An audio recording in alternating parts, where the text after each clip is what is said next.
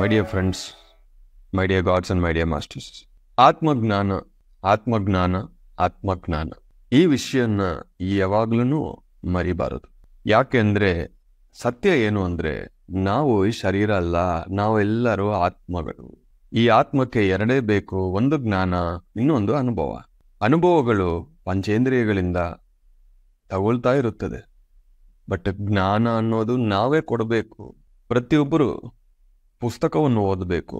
ಪ್ರತಿಯೊಬ್ಬ ಆಧ್ಯಾತ್ಮಿಕ ವ್ಯಕ್ತಿಯಿಂದ, ಆ ಸೆಷನ್ಸ್ ಇಂದ, ಕೋರ್ಸಸ್ ಇಂದ ಜ್ಞಾನವನ್ನು ತಗೊಳ್ತಾ ಇರಬೇಕು.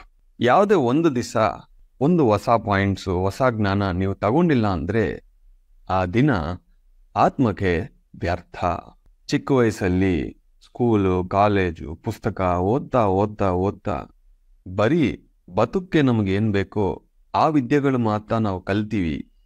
ಆತ್ಮಕ್ಕೆ ಅದು ಬೇಡ. ಆತ್ಮಕ್ಕೆ ಆತ್ಮಜ್ಞಾನ ಬೇಕು.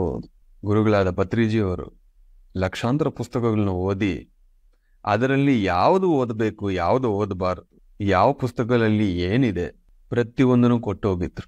ಇಡೀ ಸೃಷ್ಟಿಯಲ್ಲಿ ನಾನು ಇಬ್ಬರನ್ನೇ ನೋಡಿದ್ದೀನಿ ಇಷ್ಟೊಂದು ಪುಸ್ತಕವನ್ನು ಓದಿ ಅಷ್ಟೊಂದು ಪುಸ್ತಕವನ್ನು ರೆಫರ್ ಮಾಡಿರೋರಲ್ಲಿ. ಪತ್ರಿಜಿ ಒಬ್ಬರು, ರಜನೀಶ್ ಓಶೋ ಒಬ್ಬರು. ಈ ಇಬ್ಬರು ಮಹಾನ್ಗಳು ಪುಸ್ತಕ ಅನ್ನೋದು ಎಷ್ಟು important, books are the swift shortcut to enlightenment ಅನ್ನೋದು ನಮಗೆ ತಲುಪಿಸಿದ್ದಾರೆ.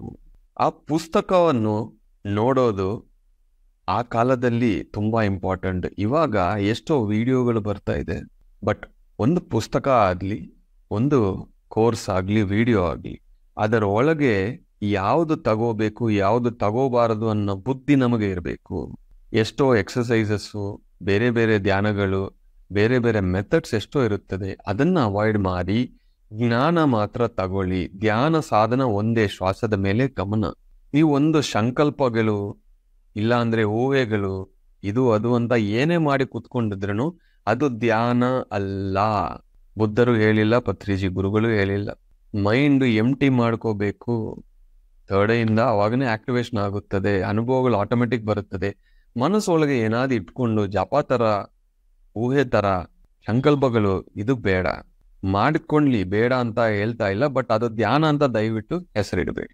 ಹಂಗಾಗಿ ಒಬ್ಬ ಮಾಸ್ಟರ್ ಹತ್ರ ನಾವು ಮಾತಾಡ್ತಾ ಇದೀವಿ, ವಿಡಿಯೋ ನೋಡ್ತಾ ಇದೀವಿ ಅಂದ್ರೆ ಆ ಜ್ಞಾನವನ್ನು ತಗೋಬೇಕು. ಒಂದು ಕೋರ್ಸ್ ಇದೆ ಅಂದ್ರೆ ನನಗೆ ಜ್ಞಾನವನ್ನು ತಗೋಬೇಕು. ಒಂದು ಪುಸ್ತಕ ಇದೆ ಅಂದ್ರೆ ಜ್ಞಾನವನ್ನು ತಗೋಬೇಕು. 2000 ಇಂದ ಹೆಚ್ಚಾಗಿ ನಾನು ಪುಸ್ತಕಗಳನ್ನ ಓದಿದ್ದೀನಿ, ಓದ್ತಾನೆ ಇರ್ತೀನಿ ಯಾವಾಗಲೂ.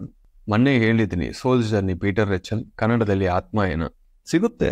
ಬುಕ್ ಸ್ಟೋರಲ್ಲಿ ಇಲ್ಲ ಅಂದ್ರೇನು ಧ್ಯಾನಿಗಳ ಹತ್ರ ಇರುತ್ತೆ, ಯಾರೋ ಒಬ್ರು ಮನೆಯಲ್ಲಿ ಇರುತ್ತೆ. ಫ್ರೆಂಡ್ಶಿಪ್ ಮಾಡ್ಕೋಬೇಕು. ಯಾರ ಹತ್ರ ಅದು ಆತ್ಮಾಯನ ಬುಕ್ ಇದೆಯಾ ಅಂತ ಕೇಳಿ, ಯಾರೋ ಒಬ್ರು ಇದೆ ಅಂತಾರು, 1 ತಿಂಗಳು ಓದಿ ಕೊಡ್ತೀನಿ ಅಂತ ರಿಕ್ವೆಸ್ಟ್ ಮಾಡ್ಕೊಳ್ಳಿ, ಕೊಡ್ತಾರ. ನಾನು ಓದಿದ 2000 ಬುಕ್ಸ್ ಅಲ್ಲಿ ಸುಮಾರು 95% ಬುಕ್ಸು ಬೇರೆಯೊಬ್ಬರು ನನಗೆ ಗಿಫ್ಟ್ ಕೊಟ್ಟಿರೋದು. ನಾನು ಬುಕ್ಸೇ ಪರ್ಚೇಸ್ ಮಾಡಿಲ್ಲ. ಯಾಕೆಂದ್ರೆ ಆ ಬುಕ್ಸ್ ಕೊಡೋ ಪ್ರತಿಯೊಬ್ಬರಿಗೆ ಗೊತ್ತು, ಇದನ್ನು ಓದಿ ನೀವು ಪ್ರಪಂಚಕ್ಕೆ ಜ್ಞಾನವನ್ನು ಕೊಡ್ತೀವಿ ಸರ್. ನನಗೆ ಒಂದು ಅವಕಾಶ ಅಂತಾನೆ ಬುಕ್ಸ್ ನನಗೆ ಗಿಫ್ಟ್ ಮಾಡಿದ್ರು. ಈಗ ಮನೆಯಲ್ಲಿ 2000 ಬುಕ್ಸ್ ಇದೆಯಾ ಅಂತ ಇಲ್ಲ. ಯಾಕೆಂದ್ರೆ ನಾನು ಓದಿದ ತಕ್ಷಣ ಅದು ಬೇರೆ ಒಬ್ಬರ ಕೈಗೆ ಹೋಗ್ಬಿಡು. ಆ ಥರ ಒಂದು ಪುಸ್ತಕ ನಾವು ತಗೊಂಡು ಸರ್ಕ್ಯುಲೇಷನ್ ಆಗ್ತಾ ಇರಬೇಕು. ಬಟ್ ಒಬ್ಬರ ಹತ್ರ ನೀವು ಬುಕ್ ತಗೊಂಡಿದ್ರೆ ಮತ್ತೆ ಅವ್ರಿಗೆ ಅದು ವಾಪಸ್ ಕೊಡಬೇಕಾ ಜವಾಬ್ದಾರಿ ನಮ್ದು. ಇದು ಕೆಲವೊಬ್ಬರು ಮಾಡಲ್ಲ, ಅದು ಧರ್ಮ ಅಲ್ಲ. ಲೈಬ್ರರಿಯಿಂದ ಒಂದು ಬುಕ್ ತಗೊಂಡಿದ್ರೆ ಮತ್ತೆ ವಾಪಸ್ ಕೊಡಬೇಕು. ಒಬ್ಬರ ಕೈಯಿಂದ ಬುಕ್ ನಾವು ತಗೊಂಡಿದ್ರೆ ರಿಟರ್ನ್ ಕೊಡಬೇಕು.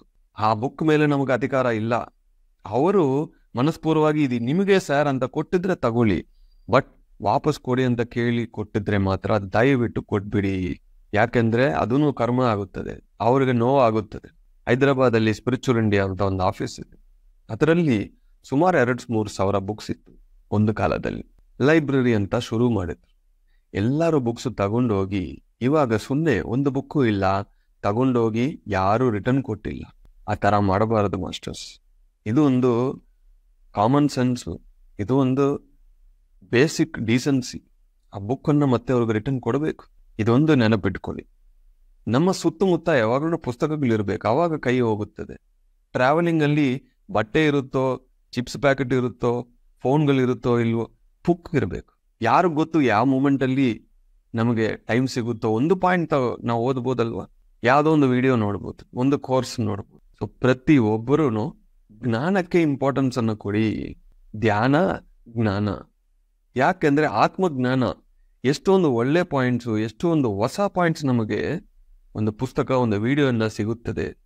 ಅವಾಗ ಆತ್ಮ, ಓ ಇಷ್ಟೊಂದು ಜ್ಞಾನ ಇದೆಯಾ, ಈ ಒಂದು ಡೈಮೆನ್ಷನ್ ಇದೆಯಾ, ನನಗೆ ಅನುಭವ ಬೇಕು ಅಂತ ಒಂದು ದಾರಿ ಕ್ರಿಯೇಟ್ ಆಗುತ್ತದೆ. ಆವಾಗ ಮುಕ್ತಿ ಮೋಕ್ಷ ಬರುತ್ತದೆ. ಯಾಕಂದ್ರೆ ಅನುಭವಗಳು ಜಾಸ್ತಿ ಆಗುತ್ತದೆ. ಒಂದು ಬುಕ್ ನೀವು ಓದಿದ್ರೆ ಆ ಥರಕ್ಕೆ ನೀವು ಕನೆಕ್ಟ್ ಆಗ್ತೀರಿ. ಒಂದು ಯೋಗಾನಂದ ಪರಮಹಂಸ ಬುಕ್ ನಾವು ಮುಟ್ಟಿದ ತಕ್ಷಣ ಅವ್ರು ನಮಗೆ ಕನೆಕ್ಟ್ ಆಗ್ತಾರು. ಒಬ್ಬ ಮಾದರ್ ಬಾಬಾಜಿ ಬುಕ್ ನಾವು ಓದಿದ್ರೆ ಅವ್ರು ನಮಗೆ ಕನೆಕ್ಟ್ ಆಗ್ತಾರು. ಒಬ್ಬ ಮಾಸ್ಟರ್ ನಿಮಗೆ ಬೇಕು ಅಂದ್ರೆ ಆ ಪುಸ್ತಕ ಇಸ್ ದ ರೂಟ್. ಒಂದು ಚಾನಲ್, ಆ ಪುಸ್ತಕ ನಮ್ಮ ಕೈಗೆ ಬರಬೇಕು. ಆ ಪುಸ್ತಕ ಯಾವಾಗ ನಮ್ಮ ಕೈಗೆ ಸಿಗುತ್ತೋ ಆ ಮಾಸ್ಟರ್ ನಮ್ಮ ಕೈಗೆ ಸಿಗ್ತಾರೆ. ನಿಮಗೆ ಯಾರು ಬೇಕೋ ಅವ್ರ ಪುಸ್ತಕ ಓದಿ ಅಷ್ಟೇ. ಆತ್ಮಜ್ಞಾನಕ್ಕೆ ಇಂಪಾರ್ಟೆನ್ಸ್ ಕೊಡಿ.